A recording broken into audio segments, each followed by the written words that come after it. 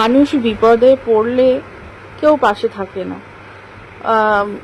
বা কাছের মানুষটাই হাত ছেড়ে সেই সময়টা চলে যায়। জানি না কেন এমন হয়। এই যে যুগ পড়েছে, এই যুগে নিজের রক্তের সম্পর্কেই মানুষই হাত ছেড়ে চলে যাচ্ছে, সম্পর্ক রাখে না। নিজের রক্তের সম্পর্কে ভাই বোনেরাই হচ্ছে কি পাশে থেকে চলে যাচ্ছে। তো চলো, এত কথা আর বলবো না। সকাল সকাল চলে এসেছি, ঘর গুছাচ্ছি, বিছানা গুছিয়ে নিলাম, আর সব কাজ করে নেবো। আর আজকের যেহেতু একাই ভিডিও করছি, একাই কাজ করছি, সেই কারণে ভিডিও সেরকম আমি বানাতে পারিনি। শুধু এই ক্লিপটা একটু বড় ছিল বলে, তোমরা বোর হয়ে যাবে বলেই ভিডিওটা একটু স্পিড করে দিয়েছি। তো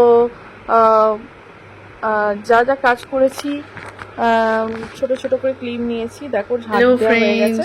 গুড মর্নিং। আর সবাইকে উল্টো রথের অনেক শুভেচ্ছা। সবাই খুব ভালো থেকো।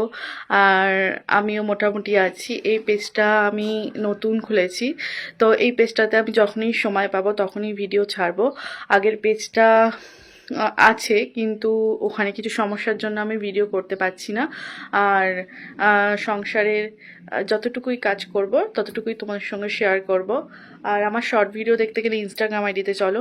সকাল থেকে কাজ করতে করতে তোমাদের ইন্ট্রোটা দিতে পারিনি, কিছু কাজ আমি স্কিপ করে দিয়েছি, কারণ সেগুলো ভিডিওতে নিতে পারিনি। কারণ হচ্ছে ক্যামেরা নিজেই ধরতে হচ্ছে, আর কাজও নিজেকেই করতে হচ্ছে, তো সেই কারণে একটু সমস্যা হচ্ছে। তো তাড়াতাড়ি কাজ করতে গেলে তো কিছু কিছু কাজের ভিডিও স্কিপও হয়ে যাচ্ছে।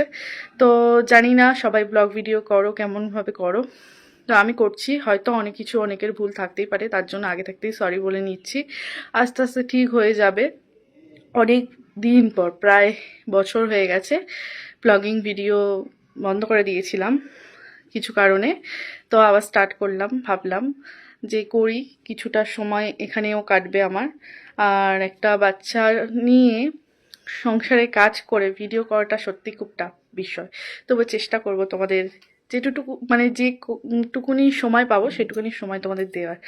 তো আমার মেয়ে এখন ওপরে ওর ঠাকুমার কাছে, আমি সেই তালে যেটুকুনি কাজ গুছানোর করে নিলাম।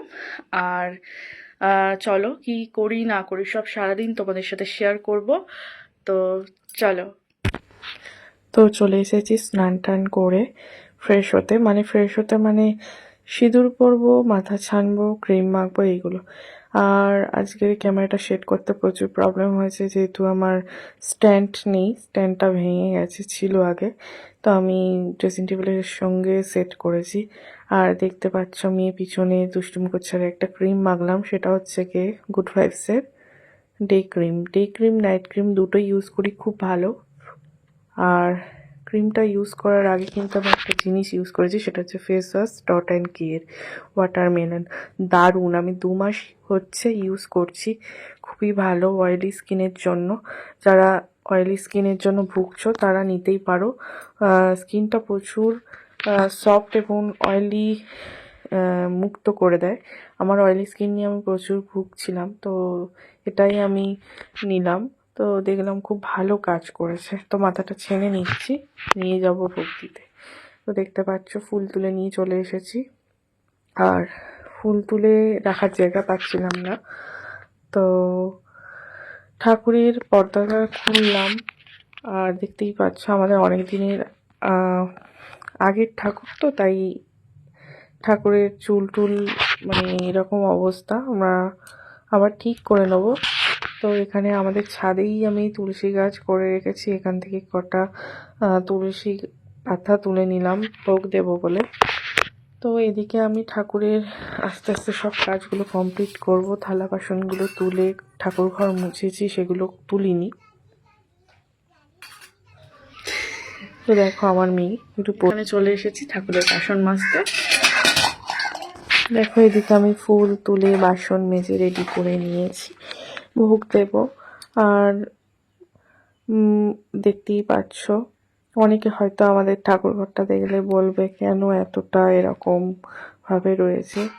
আসলে অনেক দিন গার্ড এরকম ভাবে রাখতে হচ্ছে, আমাদের নিউ ঠাকুর ঘর হবে। তো আমি এদিকে ঠাকুরের ভোগ দিয়ে নিচ্ছি। দেখো চলে এসেছে, ভোগ দিয়ে দিচ্ছি। চলে এসছে প্রসাদ নিতে, মানে ও ঠাকুরের ভোগ দেওয়ার আগেই প্রসাদটা ওর লাগবে। আর ওকে দেখলে ছোটবেলার কথা মনে পড়ে। এটা কিন্তু আমার মেয়ে, দেখো আমার ভোলা বাবা, আমার বিয়ের আগের ভোলা বাবা। আমি শ্বশুর বাড়িতে চলে এসেছি, পুজো করি। আর ঠাকুরের ফুলগুলো দিয়ে পুজো করে নিলাম। দেখো সবার মতো এত গুছিয়ে আমি ভোগ দিতে পারি না, যতটুকু পারি আমি ততটুকুই করি। আর নিজের ভক্তি দিয়েই আমি পুজো দিই। আর আমি অত ভালো শাঁখও বাজাতে পারি না, কিন্তু চেষ্টা করি সব কিছু ভালোভাবে করার। জানি না কতটা করতে পারি, সংসারের জন্য এত কিছু করি, তবুও কারোর মন পেলাম না। আর আমার পাশে আমার মেয়ে তো ঘুরপাক খাচ্ছে, ওর সাথেই মানে ওকে লক্ষ্য রাখছি বারবার।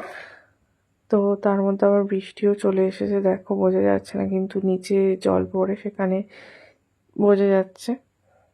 তো আমি একেবারে নিচে জামা কাপড়গুলো, অনেক দিন ধরে জামা কাপড় কেচেছি, সেগুলো শুকোচ্ছিল না। তো লাস্টে আমি উপরে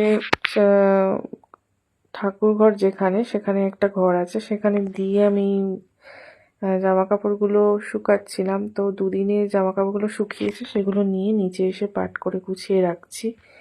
আর ওদিকে দেখতে পাচ্ছ অনেক জামা কাপড় ঢিবি হয়েছে ড্রেসিং টেবিলের পাশে, সেগুলো আমি এখনো কাচতে পারছি না, কারণ বৃষ্টি হচ্ছে এখানে প্রচুর, কাচার পজিশনই পাচ্ছি না। রোদে দেব, এত জামা কাপড় ভিজে, তার মধ্যে ওগুলো কাচলে আর শুকানোর জায়গা পাবো না, তাই জন্য দিতে পারছি না।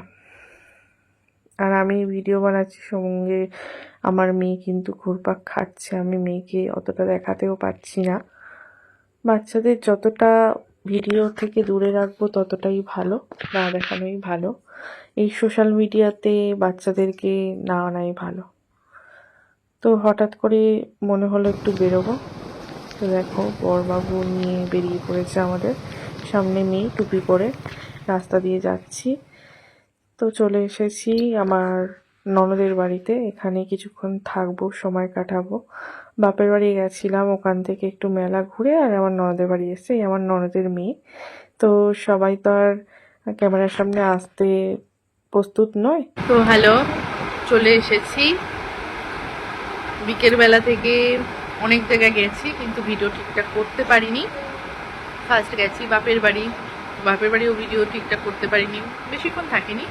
চলে এসেছি, এসে আমাদের কাছেই এক জায়গায় উল্টো রথের রথ টানা হচ্ছিল, বড় রথ টেনেছি, মেলা ঘুরেছি। ঘুরে বাড়ি এসে আমার ননদের বাড়ি গেলাম, সেখান থেকে ঘুরে এসে খাওয়া দাওয়া করে রাতের খাওয়া কমপ্লিট করে এখন খাচ্ছি লেজ। আমি আর আমার মেয়েকে আর দেখালাম না, যেহেতু সব সময় বাচ্চাদের না দেখানোই ভালো। তো চলো, তোমরা ভিডিওটা কেমন লাগলো একটু কমেন্ট করো, লাইক করো, আর সাবস্ক্রাইব করতে ভুলো না। আর পাশে যে বেল আইকনটা আছে ক্লিক করে দিও, যাতে আমার নেক্সট ভিডিওটা চলে আসে। আর আজকের এই ভিডিওটা আপলোড হবে হয়তো আজ রাতে কি কাল সকালে, আজকে রাতে না হলেও কাল সকালে আপলোড হবে।